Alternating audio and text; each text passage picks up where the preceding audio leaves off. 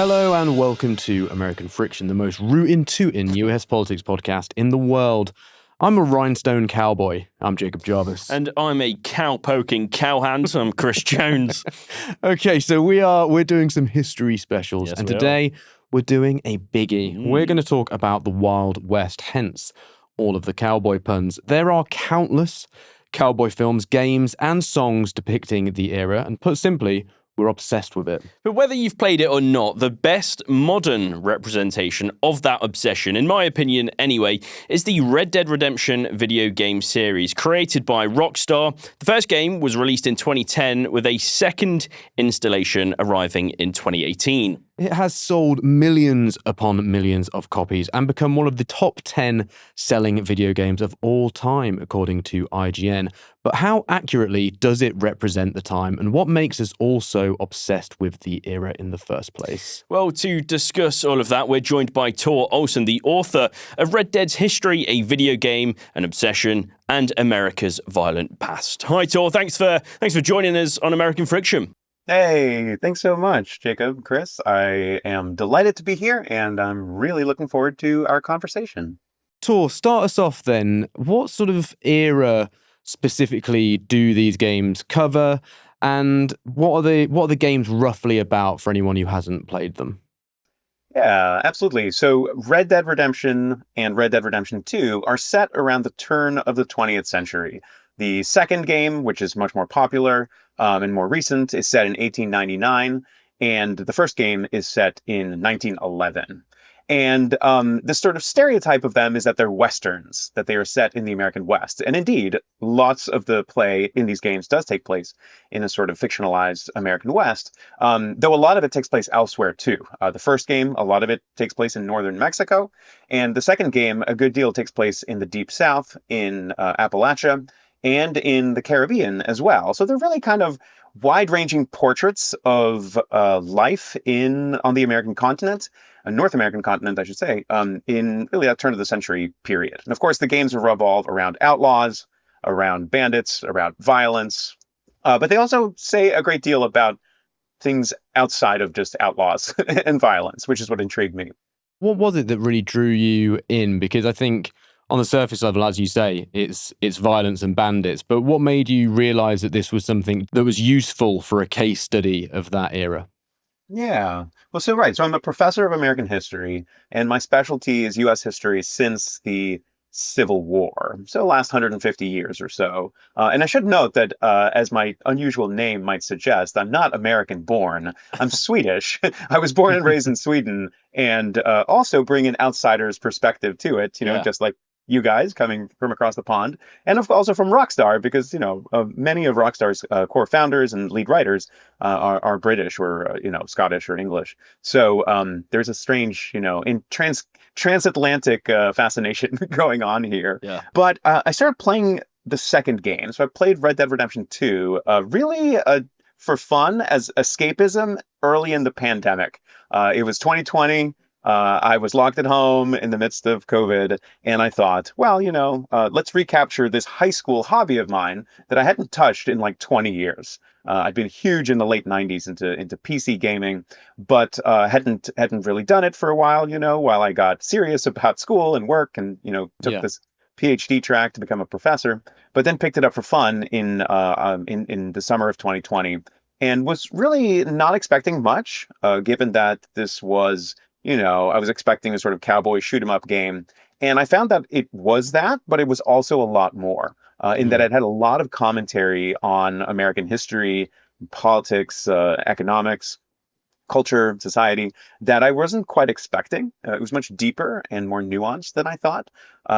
So and it struck me too as a historian that this game is a place where regular people are encountering history, where they are thinking about the past on a massive scale, because this game is Red Dead 2 has sold, I think, more than 80 million copies at this point. Yeah. Right? This is a juggernaut piece of pop culture. It is fictional, to be sure, but it is a representation of a historical moment. So I thought, well, for me as a historian who knows something about this period, why don't I use this game as a way to strike up a conversation with a kind of public sphere about how history is represented, what's right and wrong about the games, and more interestingly, like what's driving the games, but is also absent from them. What's kind of silent within the games. So we will get deeper into all the nuance. Don't worry, Tor. I promise you. Yeah. But first off, gonna have to ask about Cowboys straight away. Let's get that out of the way with first a little bit. Cowboys, we see them obviously gunslinging all the time whenever they're depicted in films, in video games, whatever else. But were they more or less violent than they are usually depicted as in reality? Yeah, well, that's an easy answer. Definitely less, by a great deal. Because let's remember, cowboy is a job, not a hobby, right? Yeah. It's not an identity. It's a job, and it was usually waged work. It was not particularly glorious or romantic work. It was often poorly paid. It was a job. And when cowboys used guns, it was usually to scare off wild animals. Because let's remember, they are minding cows. Like, we often think about cowboys and horses, but we don't often think all that much about cowboys and cows, which is like the actual reasoning why they're there. My image of cowboys is, a horseman riding into the sunset, solitary on a horse. Where are the cows? Like, why am I not imagining cows? And I don't think I'm alone in that, because cowboys were really wrapped up in this massive corporate industry. And so much of my book is about big business and corporate capitalism. And in that sense, it feels very familiar to the early 21st century, the moment we live in today. The Gilded Age, the sort of moment when the Red Dead games are set, especially the second one, is this era of tremendous, corporate control of the American economy, of tremendous inequality. And cowboys are part and parcel of that. Cowboys were these like pawns within this larger corporate machine that was main goal was not to shoot up dusty towns, but was to provide cheap beef to American consumers, right? Like putting beef on the American table. That's the job. Cowboys are just a mechanism to get there. So, their revolvers usually stayed in their holsters. Let's be honest. Were there very many rogue individuals who were the film depiction of cowboys, or is that almost totally a fabrication? Should they be considered separate things? Were they more bandits who were on horseback as opposed to cowboys who decided to go rogue? Right. I mean, I'm sure that there were criminal cowboys, but as a general rule, cowboys were law-abiding employees more than anything. And, I think in the global imaginary, gunslinger and cowboy come to be synonymous with one another. Yep. That's completely wrong. It's two very. Gunslinger is not a job. Gunslinger might be more of a hobby. It's as a sort of outlaw pursuit. And I actually really like it because in Red Dead 2, everyone talks about Red Dead 2 as a cowboy game, but Arthur Morgan is not a cowboy. He doesn't know much about ranching, and he admits it in the game. He says, I've never really done much of that. And so it's not really a cowboy game because you're not minding cows or really any other hoofed animals as your job. You're a gunslinger, right? You're an outlaw above all. And there were real gunslingers, just as there were real cowboys, but they're fundamentally different creatures in every way possible. What were the living conditions like for someone in that period? If you were, say, an average cowboy, you mentioned the inequality there. Was there a similar sort of almost wealth disparity to the sort of thing we see today? Were there a lot of low-paid workers and a really high crust of people who were profiteering from the frontier? Yeah. Was it more equal? I don't know. What was it actually like for someone living in that period? Yeah. I'm thinking about it now, and I'm realizing like the best contemporary day analogy to a cowboy would be like an Amazon delivery driver. Like someone who's out by themselves all day in a lonely, solitary job, poorly paid, probably disgruntled about their profession. I don't know, I shouldn't speak for the drivers. Probably not unionized, and absolutely a pawn in a massive corporate enterprise. That was a cowboy. That's not the cowboys we remember. Cowboys were kind of like the solitary rural equivalent of like factory workers at the time, in that they are ill-paid underlings in this much larger machine. And we know that in part because cowboys often behaved the way that regular factory workers did, in that they formed labor unions. Like there were cowboy labor unions in the late 1800s, which is definitely not included in the John Wayne vision of the cowboy. No. The John Wayne vision is like mid-century Cold War America. It's all about rugged individualism. It would be anathema to have a cowboy labor union that, John Wayne was involved in. That was the complete opposite message. But indeed, in the 1880s, in the Texas Panhandle, cowboys came together to try to organize in order to get better wages, to get better working conditions. Of course, they get their heads knocked around by the Texas Rangers, who are the sort of anti-union militia at the time. So it really, the reality cuts against the mythology pretty hard. I just want to go back to, I guess, violence, lawlessness, and this idea of what Jarv said of rogue individuals. In terms of violence, there was something that you wrote in the book that was astonishing to me. It said, one gaming website estimated that the minimum number of people killed by Arthur Morgan, even under an honourable playthrough style, lies somewhere near 900, which obviously is an over-exaggeration, as you've pointed out, in terms of how violence was carried out. But one thing that does crop up through history and also crops up through the game is this notion of gangs, and specifically gang warfare as well. Within the game, you have the Lemoyne Raiders, you have the O'Driscolls, and all kinds of different gangs. But were these within the game based off of real gangs that existed back in the time of the frontier, but how much of a stereotype are the gangs in the game compared to what we saw in real life, I guess? Sure. Yeah. It's a great question. So, right, Red Dead 2 and the first game too, but especially the second game, revolves around the Vanderlyn gang, right? This kind of motley crew of outlaws drawn from all different kinds of walks of life. It's a very diverse group, right? Includes women, African Americans, Native Americans, Mexican Americans, immigrants. I did a lot of head scratching to figure out, what was probably the single most, explicit inspiration in real American history for the Vanderlyn gang. And I really concluded that it has to be Butch Cassidy and his hole-in-the-wall gang. Yeah. Who operated in precisely the same time period in the 1890s. They even rob a train in 1899 and have the Pinkertons, which, by the way, are a real agency. Rockstar fictionalized almost everything in Red Dead 2, but not the Pinkertons. They existed by that very same name in the late 19th century. So I think Butch Cassidy and Harry Longabaugh, the so-called Sundance Kid, are probably some of the inspiration behind Dutch and Arthur. And then the larger gang is most likely the hole-in-the-wall gang, the Wild Bunch, as they were frequently known.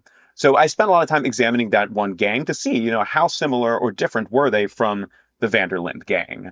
And I'm happy to go into what those things are if you'd like me to. Yes, please, absolutely. Okay, right on. So let's think about similarities. Right, I already mentioned a couple. Right, they are operating at this moment in the 1890s, which is really a moment when making a living as an outlaw was becoming more difficult. There's no doubt. I mean, in the traditional sense, you could be a sort of corporate outlaw and make a very good living in the 1890s and on into the future. But as a sort of, the kinds of bandits that Red Dead is imagining, that was likely more difficult to pull off by the 1890s. They're also operating in the same kind of general geographical space in Montana, in Colorado. And, they also have this antagonist of the Pinkertons. So those are the clear similarities. In terms of differences, they were way less violent than the Vanderlyn gang, right? You already mentioned that 900 body count.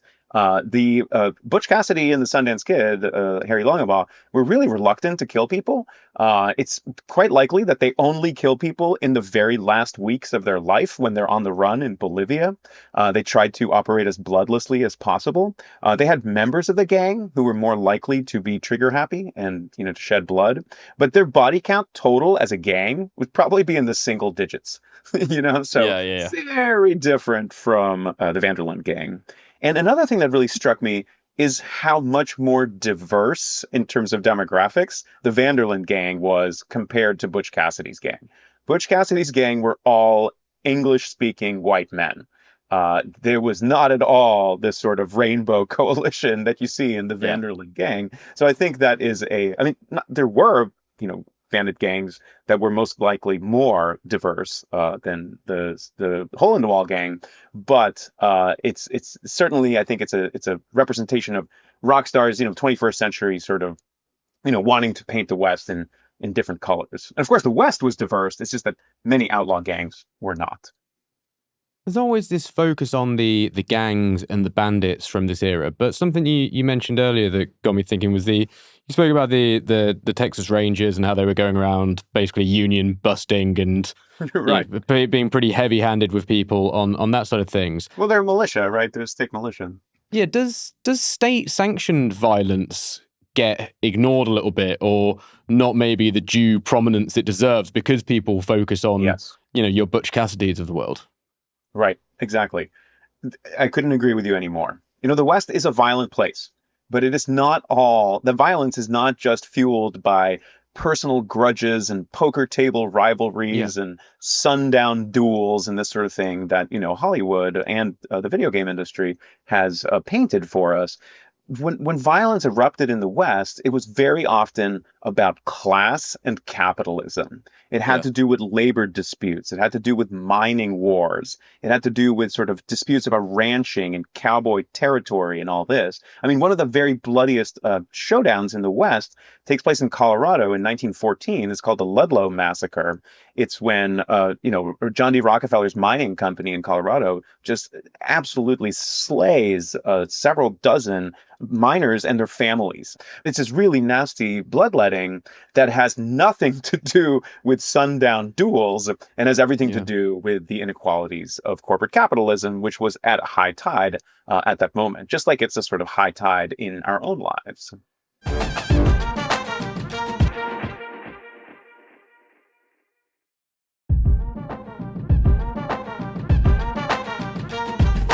You were talking about diversity there, and we got to that by talking about gangs. And one of the, I guess, gangs you could say that is briefly mentioned in the second game is the Ku Klux Klan. There's a very brief it's a gang scene in a sense. Yeah, exactly. There's a very brief scene with them, and they have an obvious presence throughout the game, but also throughout this time as well in the 1890s. The fact that this is included in the game, it feels very much like it's a part of history that you just simply cannot ignore. So it would be weird not to be in this representation of this time period. Does that just go to show how extreme that society even then will go to I guess, warding off outsiders? But also, how were the ideals of the KKK viewed at the time? Obviously, now we look at it and we think it clearly is heinous and an awful group. But at the time, was the way of thinking, I guess, more mainstream back then?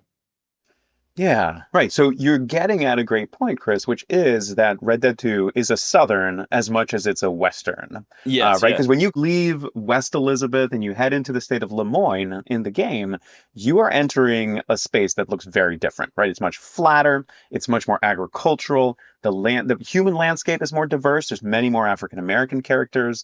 You have the sort of relics of a civil war all around you. This is a Southern space. And yeah, one of the things that Arthur discovers as he begins roaming around this region is that if he goes exploring the woods at night, he comes across the Ku Klux Klan. And there's multiple of these kinds of random, sort of side quest encounters with the Klan. These guys dressed up in white sheets, engaged in these sort of bizarre rituals. So the Klan was, of course, a very powerful force in especially the 1860s and 1870s. The kind of ironic thing is that in 1899, the Klan basically doesn't exist. It is essentially underground in in dormant underground fashion. It does get revived in the 19-teens during the World War I years, and then has another real kind of surge in popularity in the 1920s. But the game is wrong, right? I mean, there was no Klan kind of like ruling the South in the 1890s, but they are astoundingly powerful in, from basically 1866 until 1872 or so, really during the years of Reconstruction. And you mentioned, right, today they're understood as this heinous, nasty terrorist group. Well, they also were at the time, right? I mean, of course, the participants didn't believe in that, but the federal government, many state governments in the South worked tremendously hard to try to destroy the Klan, and they were in part successful in doing so. But yeah, the Klan is very much about questions of racial democracy, trying to eliminate African Americans from political participation. And it gets at the other point. I mentioned that, when violence flared in the West, it was very much about capitalism. While when violence flared in the South, it was very often about race as well. And of course, race and capitalism often were entangled and intertwined. But in the South, it was really obvious, right? I mean, the Klan is a bloody institution, right? They are engaged in, they have body counts that look like the Vanderlyn gang, but they're doing so for really, vicious reasons. You mentioned how the West was fairly diverse. Yeah.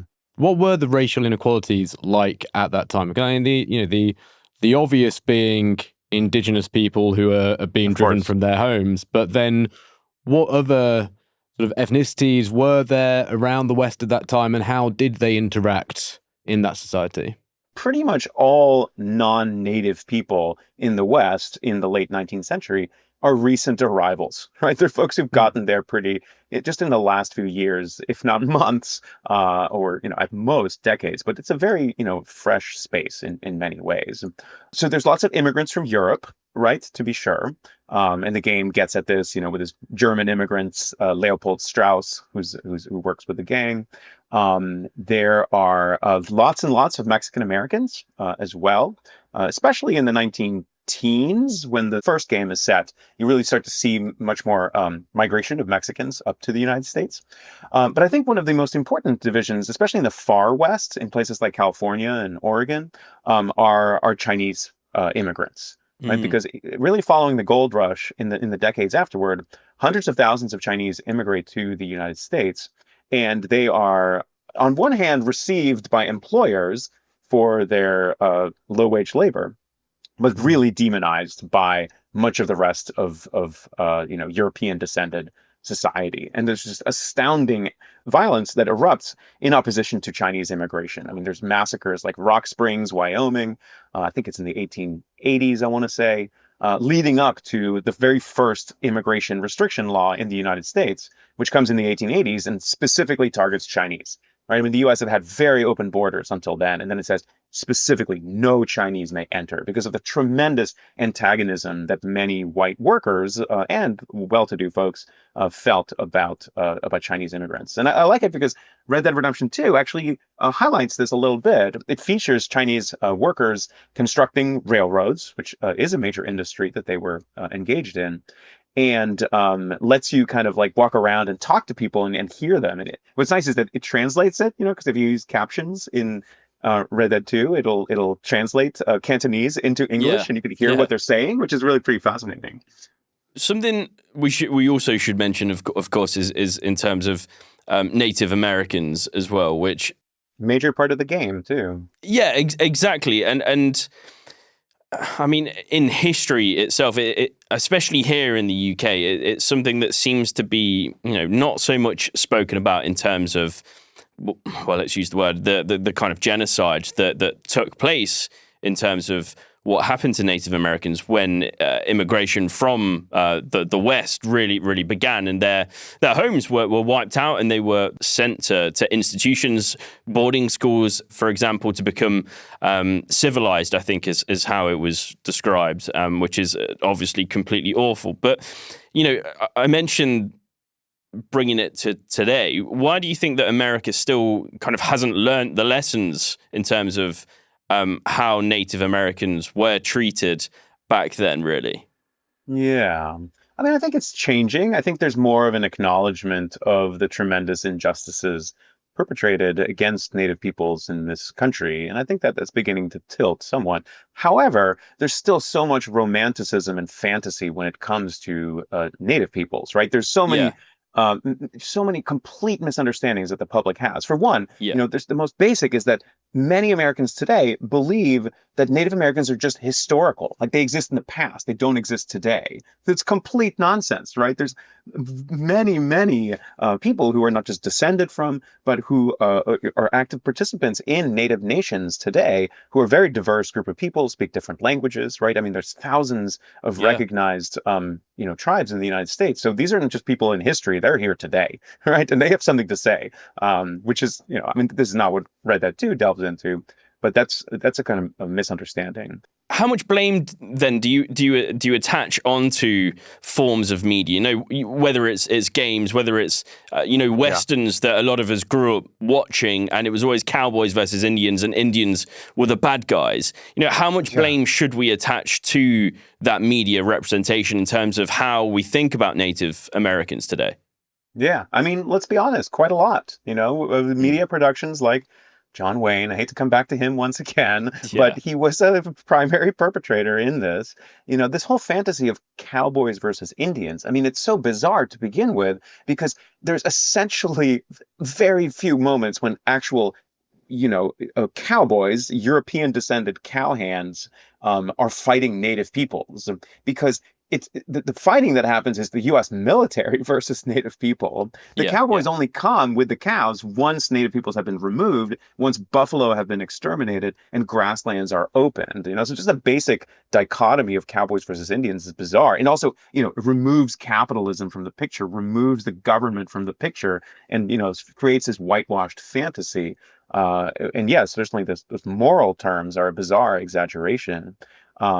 But yeah, I mean, American pop culture is to blame for a great deal of this, but it has evolved too, right? Like yeah, John Wayne is not the representative Western anymore. Beginning in the 1970s and 80s, when you have these so-called revisionist Westerns that paint a much less heroic and more gritty version of the past, they still tend to kind of place white men in the center of the mm, drama. But, more recent Westerns, like, shall we say, Deadwood, for example, on HBO, which was quite popular 15, 20 years ago or so, is a very different vision of the West that removes that sort of, hero narrative and that white male obsession that had yeah. dominated so much of earlier pop culture. What was at the time, the view of Native American people, and what was their, this is probably a hard question to get into, but how did they justify what they were doing and the racism towards them? Because I look at things like the KKK and there seems to be this sort of eugenicist tilt to it and that sort of thing. Was that part of it, or was it purely they saw it that their own resources they wanted, and it was an almost practical form of racism? What was used at the time to justify doing what they were doing? Because to me, it just seems so abhorrent. I can't quite understand what was going through their minds to make them think this is okay, despite them all being immigrants themselves, and America in some way being this melting pot. Well, first off, it's important to recognize that Native peoples in the late 19th century, this moment we're looking at, are really diverse, right? They lived in really different ways. Some Yeah. people were nomadic, moved around a lot. Some people were agricultural and settled, and they had very different kinds of interactions with white settlers as a result. Because I was so interested in the Red Dead 2's portrayals, I tended to look, the stories that I share in my book are the histories of groups that were probably the inspiration of those in the Yeah. game. So I spent a lot of time with the Lakota Sioux, who are on the northern Great Plains back then and still are, the Dakota territories, because it's most likely that the so-called Wapiti, the indigenous tribe of the game, Red Dead 2, are probably a sort of fictionalization of the Lakota Sioux. And the Sioux are very famous because of, key fighters, warriors that went against the U.S. government, like Red Cloud, like Sitting Bull, who have been immortalized in many ways, in pop culture since then. And I should note, one of the things that Red Dead 2 gets wrong in its portrayal of Native people Mm. resisting the military is really the timing, in that they're telling a story that would have made a lot of sense in the 1860s, maybe in the early 1870s, but telling the story of like open warfare between native peoples and the government in 1899 is really off the mark. It's just too late, because by then the army has really succeeded in its military conquest in the West. And that, open resistance is complete, almost certain suicide by this moment. This is after the Wounded Knee massacre in 1890, which is really, not even open resistance. It's just a slaughter on the part of the military. But so let me ask you. You were curious, Jacob, about how did white settlers justify their sort of right. I mean, I think a lot of it had to do with these visions, these racial visions of manifest destiny, that the continent was destined for white settlement, and that anyone in the way, whether they were Mexican Americans or native peoples or Chinese or whoever, were just sort of an obstacle that needed to be plowed out of the way. But just as important too were these critiques that native peoples were so-called wasting the land, that they weren't using it in ways that made sense to white settlers. Because most of the folks coming are either ranchers or agricultural peoples, and most on the Great Plains, at least, which is the setting for a lot of this drama, most native peoples were quite nomadic. They moved around a lot. If they practiced agriculture, they often did so part-time. And they often followed ruminants like the bison. Right? And bison's really central to native life, not for all groups, to be sure, but to the Lakota Sioux, that was very much the case. Hadn't always been the case. They had lived very different ways until they got guns and horses and began following the bison. So white settlers are coming in and saying, "Hey, look at these folks. They're not making good use of their land. They're not planting it in wheat and beans and whatever kinds of crops they were using." So they use these analogies of waste, and that we would more effectively utilize the land, which is these are just different land use systems. One isn't better or worse than the other.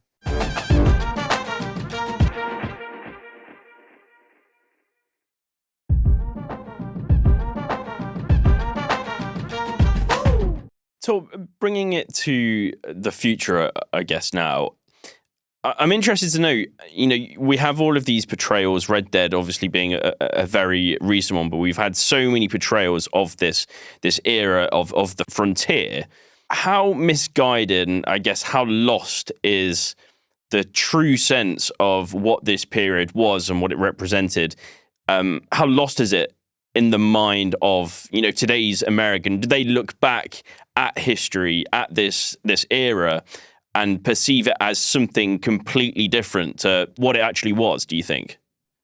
Yeah. I mean, we're getting to at this, this romantic mythology of the West as this place of escape, a place of adventure, a place of romance, of possibility. And that's, just not really what Western history was. Sadly, people are looking for feel-good messages and inspiration when they look to this region, both in the past and in the present. And the reality was just a lot messier and a lot more violent and a lot more dominated, again, by things that we want to escape in the present, particularly like large-scale capitalism. Yeah. Many people imagine the West as this kind of antidote, as something that's different from the big companies of New York and Boston, and the East Coast. But in fact, Western history is dominated by those same institutions, the railroads, the meatpacking companies, the mining concerns. All of those were Eastern institutions that were, trying to make money from the West. And to imagine the West as some sort of, escape or, paradise away from that is really to just corrupt the past in dangerous ways. Were people at the time constantly afraid that the boom times were going to be over soon as well? The idea of the frontier clothing. I'd just be curious to know your thoughts around that, as to, were people acting upon the mindset that they were constantly worried that this would end, and that potentially shaped the way they behaved? Right. I mean, this is another one of those central paradoxes of the West, which is, as long as Americans have been obsessed and fascinated with the West, they've been worrying that it's coming to an end, that it's coming to a close, that this Yeah. era of unbounded possibility that existed is closing out. And let's be honest, that is the central plot point of Red Dead Redemption 2. Like from the very splash screen text that opens the game, it basically says, it's in the 1890s, the West is closing, civilization is rolling in, this era of unbounded possibility is over, or at least it's about to end. And the Vanderlyn gang are trying, like they're clinging to the last shreds of it as it's disappearing. And it's just such a common narrative that's been so powerful for so many generations in American history. And it's really based on on a lie, essentially. Like it just doesn't make any sense if you look onto it. So I spent a lot of time in the book exploring the very moment, like when the kernel, like the moment when this myth was born, because it's actually in the 1890s. It's in the same decade that Red Dead Redemption 2 is set. When this young historian that most Americans have never heard of, but they know his ideas, this guy Frederick Jackson Turner, who gave this address at the World's Fair in Chicago, this huge, celebration of the 400-year anniversary of Columbus in 1893, who gives this address that, the frontier experience is what defines the American character. That's the first part. And then the frontier is coming to a close in 1890. Like he's specific. He says 1890, that's the year when the frontier era ends in American history. And he's really worried about it. He's wondering, what's going to replace the frontier as the sort of defining element of the American character. So he's looking elsewhere. He's looking to, overseas empire. And Teddy Roosevelt gets really on board with this, gets really fascinated with this exact same idea.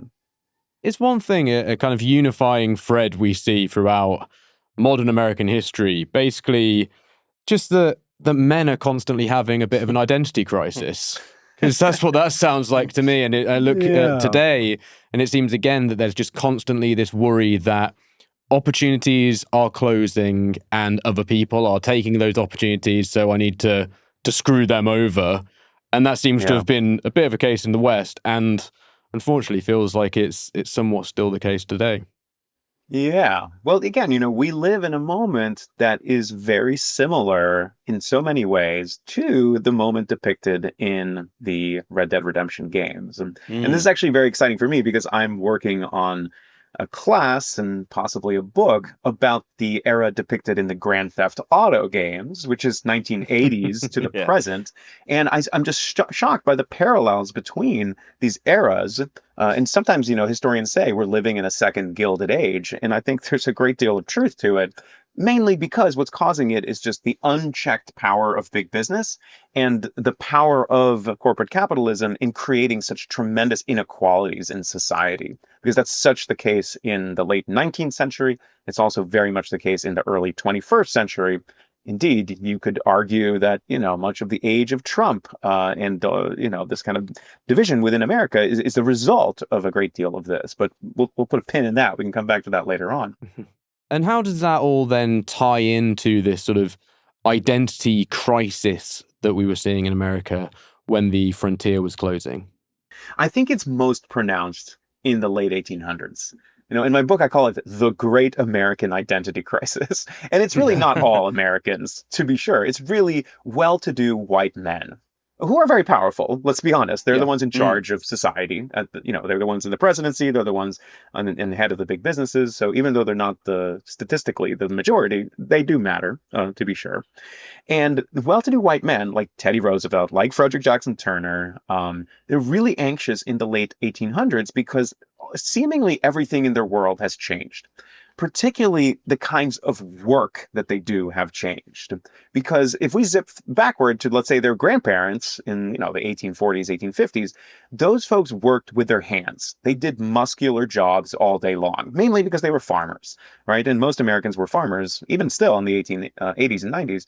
But certainly true in the early 1800s. And, whether you're binding a bushel of wheat or slaughtering a cow or, milking a cow, those are very bodily jobs using muscle. But by the 1880s and 90s, as Americans are urbanizing, as they're moving into big cities, especially these well-to-do men, are sitting behind a desk all day. They're balancing ledgers. They're typing reports. They're not doing muscular work anymore.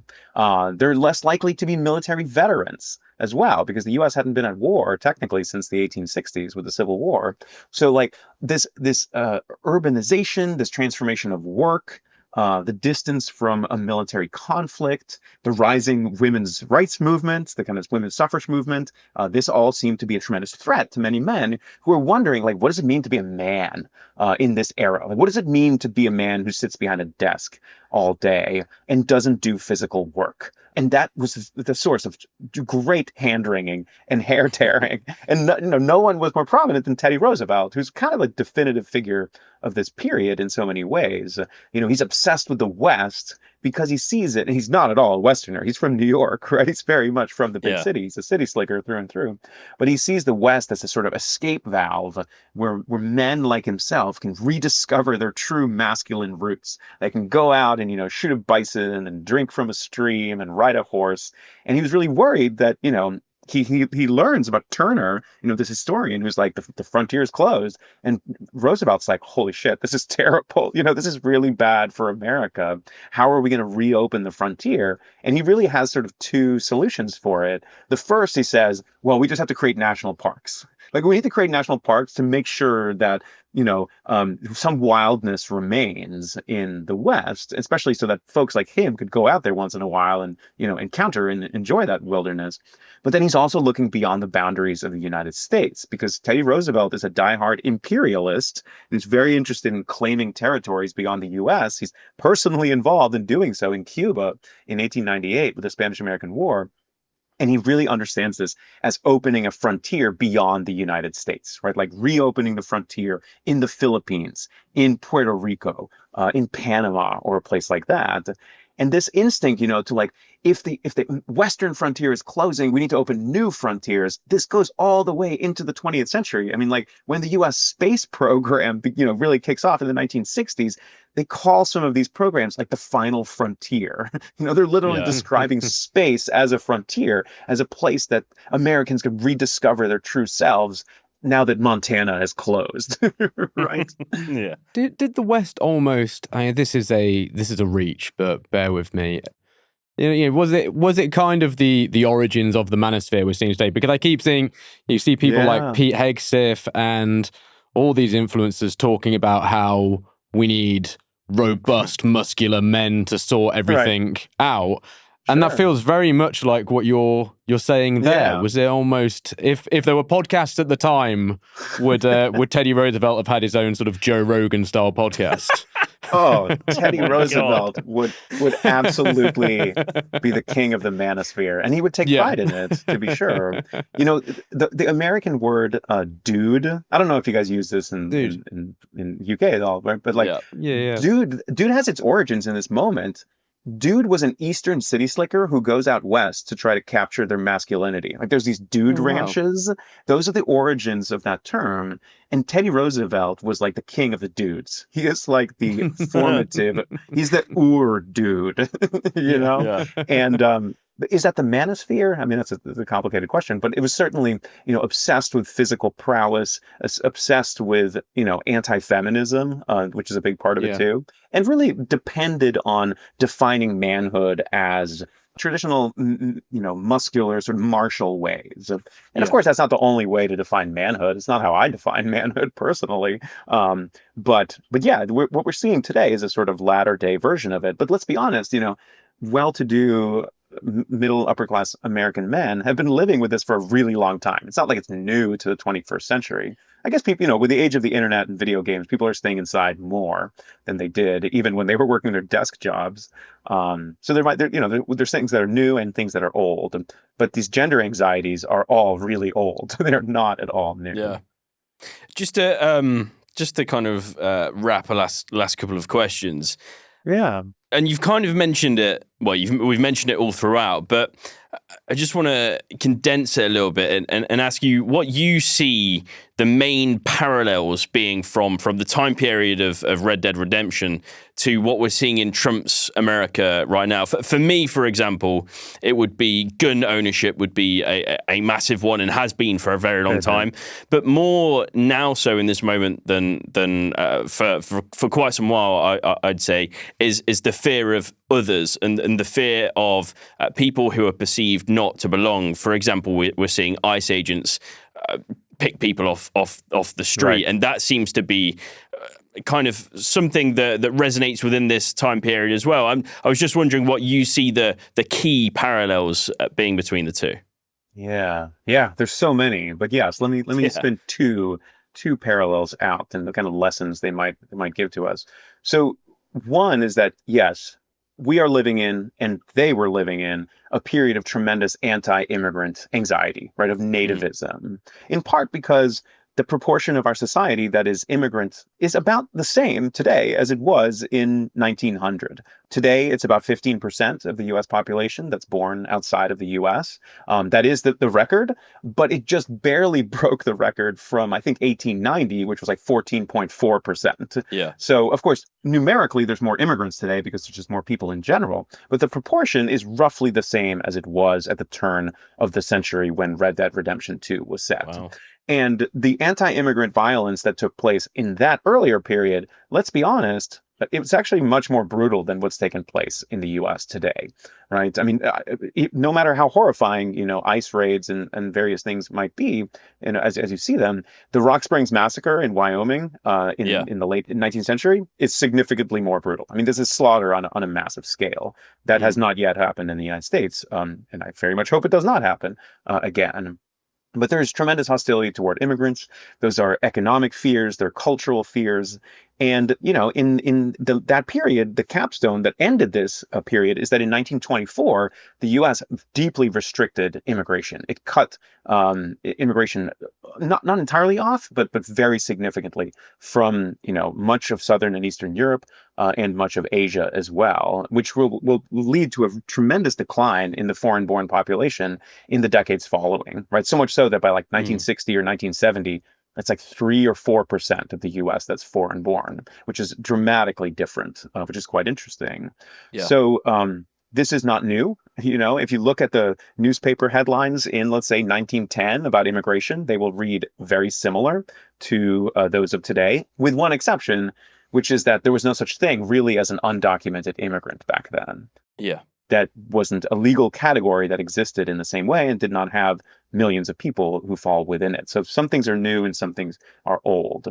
What I see as the biggest parallel between now and then, which is a lesson we could learn, especially on election day in America, as Americans are heading to the polls in key states, is the power of class in motivating political behavior. The power of economic resentments in fueling American voting patterns, because the Western history in the late 19th century is really a history about class and capitalism, and I've harped on that many, many times. That many of the political movements of the era were about common people organizing against imagined elites.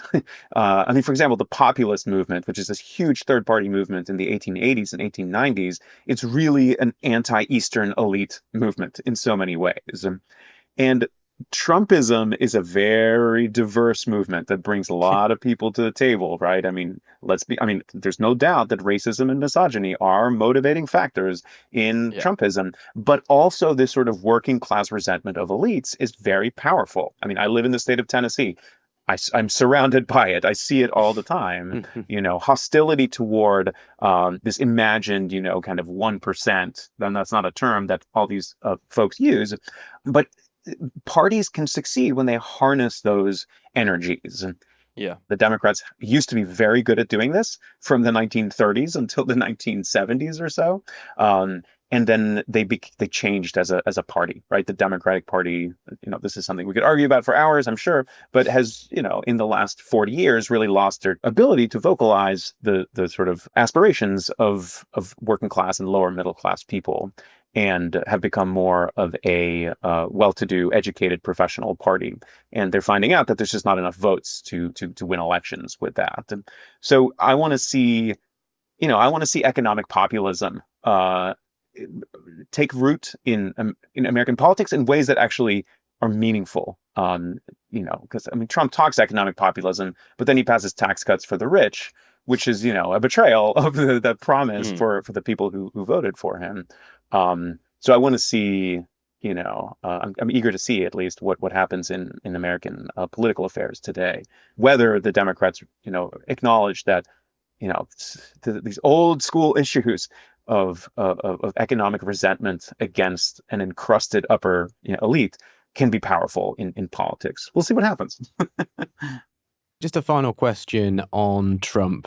Sorry, have to end it with him. But he has referenced the era. He spoke about Manifest Destiny. Do you think he would have cut it in the Wild West? Well, it depends. As a Eastern, robber baron in the mold of Leviticus Cornwall, he probably would have been well suited to the period. But as a rough and tumble Arthur Morgan, I don't think so. Fair enough. Tore, thanks so much for joining us on American Friction. Yeah, thank you guys so much for hosting me. This has been a really fun conversation. And thank you to all of you for listening to American Friction. Remember, if you enjoy what we do, you can back us on Patreon to help us keep doing it. You'll get episodes ad-free. There's bonus content. It's really, really good, me and Chris both say. Yeah, I think it's great, actually. It's really good. So go to patreon.com/American Friction to sign up. And if you can't back us financially, we totally get that. But please do go rate, review, and subscribe wherever you're listening to the show. I'm Jacob Jarvis. I'm Chris Jones. Chris Jones. He is, and he beat me to that. Yeah, I did. If we were doing a sort of Western shoot-off, I would have won that duel. You would have won. You would have won that duel. Well, pay. listeners, let us know who you think would win a duel in the comments. Thank you for listening to American Friction. It'd be me.